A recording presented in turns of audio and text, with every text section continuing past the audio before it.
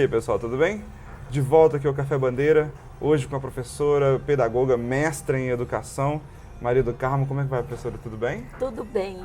E com você, agradecida por estar aqui. Para mim é um ponto importante, porque creio que você, nesses seus programas, tem um alcance grande. E eu estou me sentindo, então, uma estrela. Ah, mas o professor é uma estrela aqui. Obrigado mesmo pelo convite, por ter aceito esse convite. E hoje nós vamos conversar sobre a Base Nacional Curricular, né? Qual você acha que é a importância de discutir sobre isso nos dias de hoje? Olha, essa discussão é uma discussão que, se a gente retoma a legislação, Rafael, ela já vem sendo fomentada desde a 4024 e tomou mais corpo na 9394 de 96 e daí foram surgindo, né, novas regulamentações.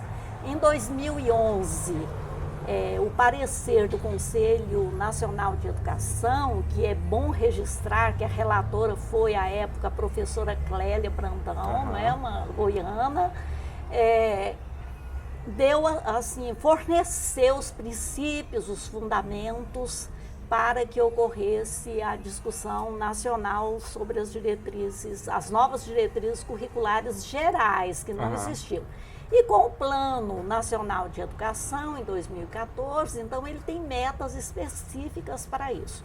Então tem essa importância legal, mas é mais do que isso. A importância legal é bom que fundamenta, não é, que argumenta, que dá um alicerce básico, mas o mais importante é essa discussão de ter nacionalmente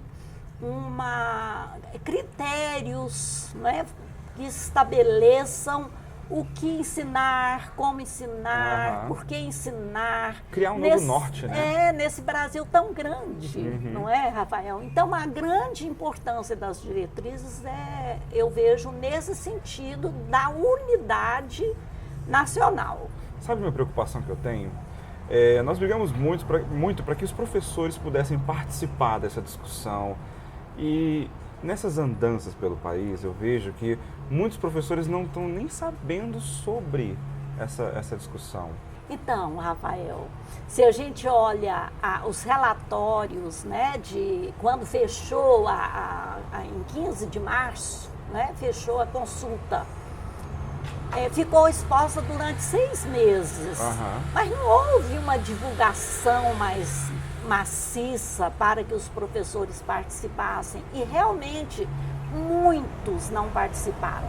Para você ter uma ideia, né, há o dado de que 45 mil escolas participaram. Nós temos dados do próprio MEC, 190 mil escolas. Então, 1/3 apenas, né, participou. E eu não conheço também o relatório, eu tenho que dizer isso, para saber se a escola participou assim coletivamente, se foi via a coordenação ou direção da escola. Mas realmente o fato de ficar aberto no site para que o professor desse a sua opinião ficou apagado na minha leitura. Faltou uma divulgação maior, um incentivo maior, né? Eu me lembro de uma professora me dizer, ela é da escola estadual: hoje nós teríamos que discutir a base nacional comum, curricular. Imagina, a gente está no fim do dia. Pois é. Né? Um cansaço enorme. Quem quer fazer alguma coisa? Então tem toda essa carga, né, do professor. O que é para ser uma discussão importante, acaba que o professor já está cansado, já quer ir para casa. E acontece também, Rafael, uma outra questão que eu vejo nas novas diretrizes curriculares, é que há uma participação do público e do privado, não é? O Conselho Nacional, Undime, Concede, né, órgãos assim de peso que formam o que é chamado público. Aham. E do privado, grandes fundações, né, estão aí também dando apoio. Então, a conversa entre o público e o privado é um pouco complicada. Muito. Não é? Você sabe disso. Na minha leitura, e um pouco baseada no que a Elizabeth Macedo, que é uma estudiosa do currículo, fala, houve assim, há de ter um ponto de hegemonia. Esse ponto de hegemonia, para que converse o público e o privado, acabou sendo posto na qualidade. Agora, você também sabe, qualidade social é uma coisa, qualidade total é outra coisa, tem vários tipos. Então, que qualidade é essa? Mas a discussão utilizou, né, dessa qualidade que todos querem, né? Nós sabemos até quais são os inimigos da qualidade. Aí põe na gestão, na formação dos professores, no próprio professor, esse grande peso de que a educação não vai bem por isso. Quando sabemos que o buraco é mais embaixo. Um buraco, né, mais profundo. Eu tenho, assim, uma certa rejeição de culpabilizar o professor. Penso que o professor, ele é uma pessoa que lida com outras pessoas e ele precisa ser compreendido como tal. Então, ele precisa de condições de trabalho, né? Ele precisa de participação. Você tem um exemplo. Você tem o espaço do apoio ao professor, né? É um espaço aberto, livre, e veja quanta participação tem ali. O professor precisa, ele quer ser acolhido, não é? E gosta disso, gosta disso. O professor, ele tem o material dele, gosta de passar, gosta até um pouco de vaidade mesmo, né? Ele quer mostrar uma coisa que ele fez interessante e estava faltando um espaço para isso, né? Eu acho interessante aquelas discussões que nós temos naquele grupo, né?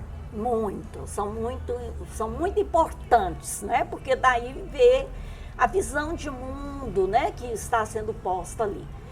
Mas se eu tomo, Rafael, também as diretrizes, uma outra preocupação, não diria preocupação, uma inquietação, uma inquietude que me passa é a questão de centrar muito na avaliação. Eu ia perguntar isso para você agora. Eu vou adiantando. Ótimo. Porque a avaliação, Rafael, é fundamental. Ela precisa ser feita, mas ela não é o foco do educar, né? Educar, cuidar e educar. São as recomendações do Conselho Nacional, no parecer que foi feito, de aprovação das diretrizes curriculares gerais, né? Nós precisamos, então, estar com uma visão maior do que seja só medir, né? E, na realidade, há uma medida de qualidade. Os testes são bem elaborados, nós temos visto isso, né? No Enem, tem provas que são interdisciplinares. Não estou questionando o instrumento de avaliação. Eu gostaria muito que as diretrizes curriculares estivessem centradas no processo de conhecer, aprender e ensinar. Você falou um ponto interessante aqui, a questão da interdisciplinaridade. Ela está sendo revista na base nacional? Então, a proposta é de que a base curricular, né, comum curricular, ela trabalhe com a interdisciplinaridade.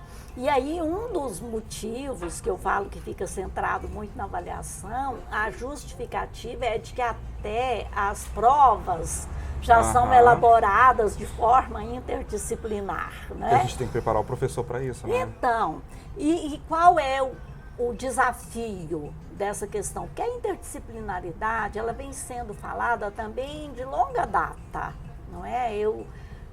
fazia ainda curso de pedagogia e a gente já falava de interdisciplinaridade, era mais teórico, e hoje já tem mais concretude nisso, né? Tem projetos interessantes que as escolas desenvolvem com eixo temático.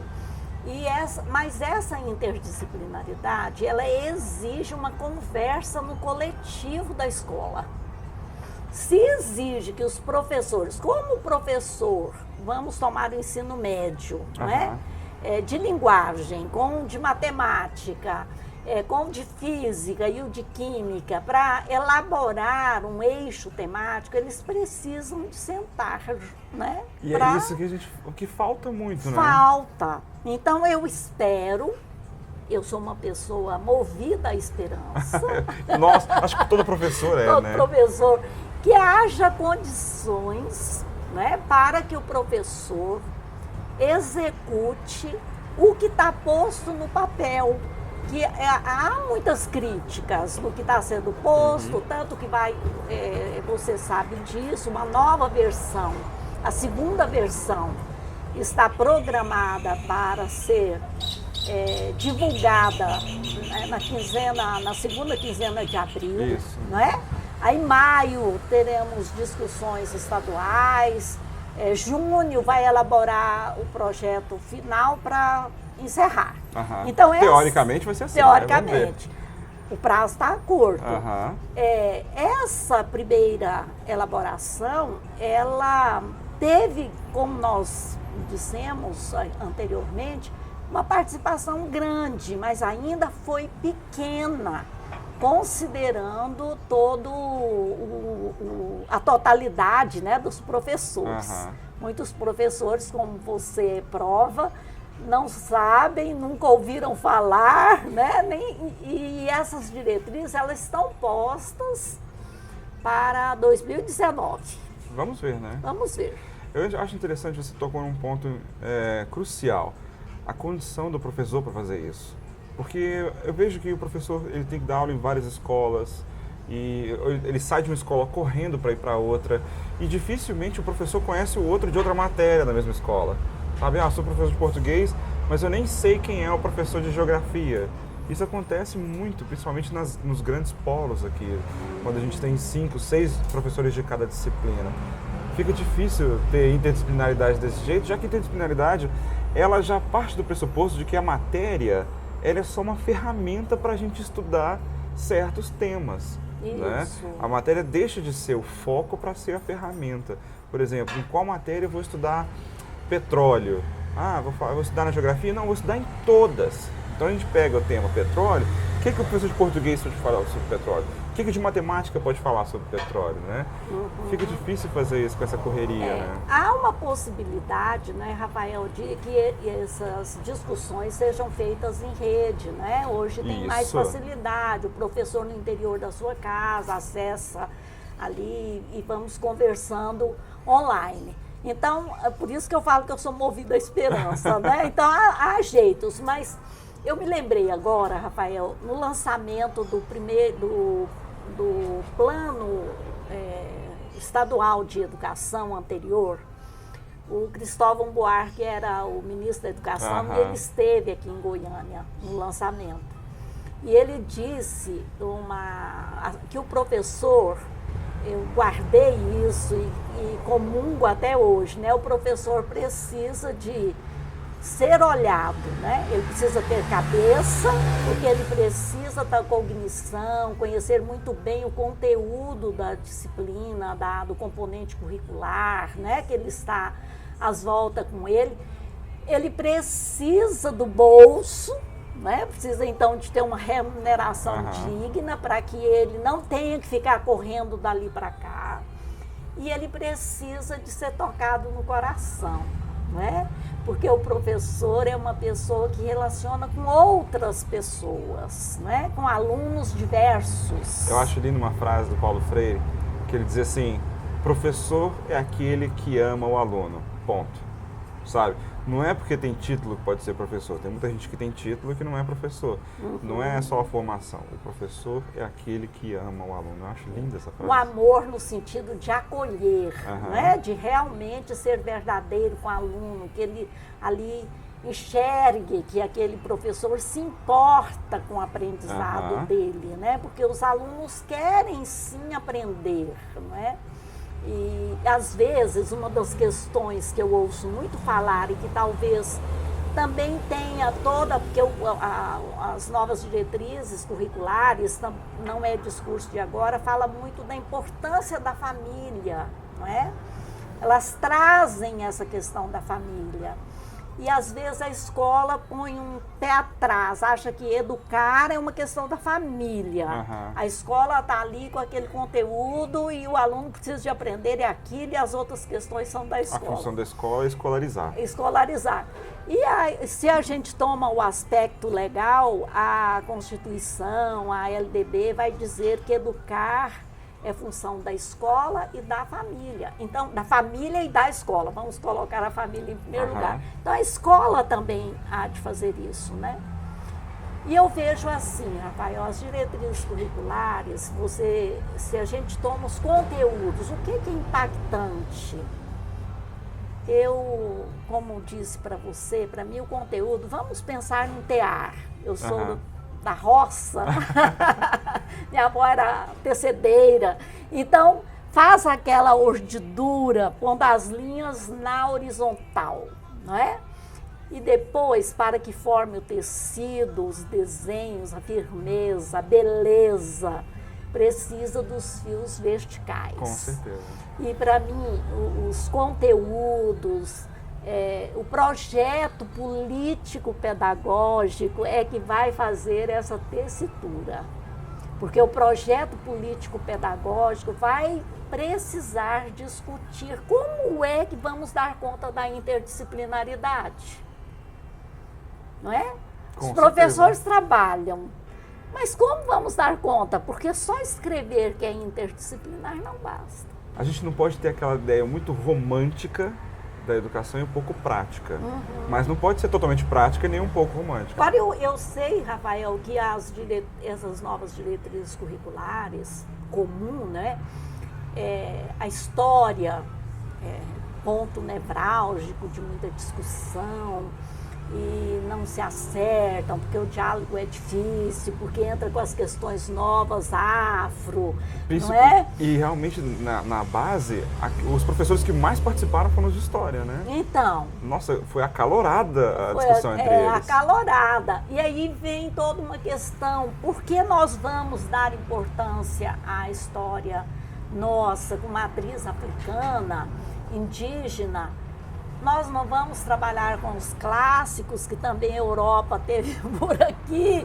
São discussões que eu deixo para os professores de história, sabe? Eu sei que está acalorada, né? Pegou um ponto importante, a literatura afro. Aí a questão é manter um equilíbrio, um diálogo entre essas... Porque era só a Europa, tá? Né? Foi negligenciado isso aqui. Toda essa parte nossa da contribuição indígena, né, da grande contribuição africana para a nossa formação foi negligenciada, certo?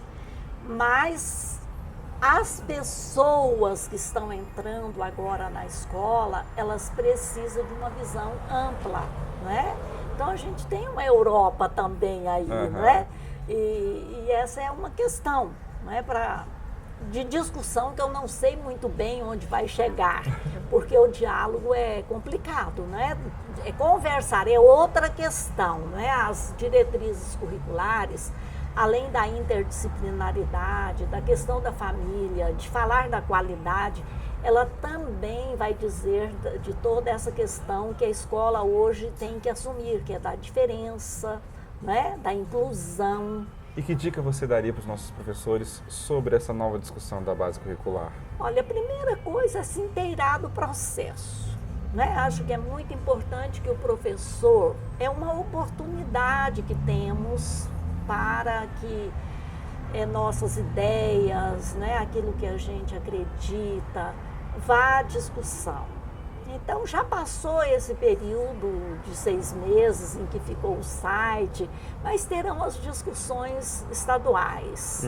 É importante que o professor se inteire disso, saiba quem vai e busque as notícias e comente, vá lá no apoio do professor e ponha as suas ideias e se prepare, né? Nós estamos numa fase de um mundo em mudança.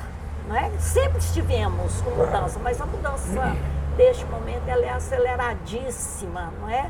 Nós estamos com uma geração muito diferente da minha então, não é? Completamente diferente muito quem está na escola. Tecnológica. Tecnológica, o prazer, né? Essa questão de o que dá prazer, não é? Que eu busco, e essas questões. O professor precisa, então, ter um bom relacionamento com o aluno, porque estudar é difícil, né? Então, eu aconselho o professor que ele faça. Paulo Freire fala de amar.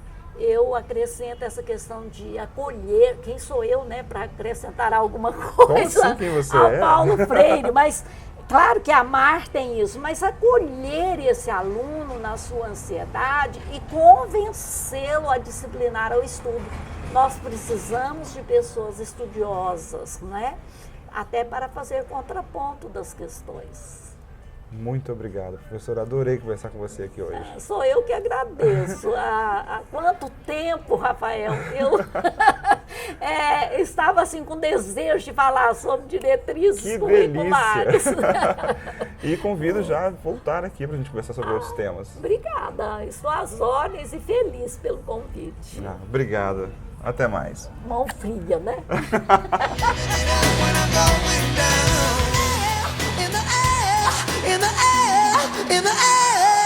Loving it and love it up. Living it up when I'm going down.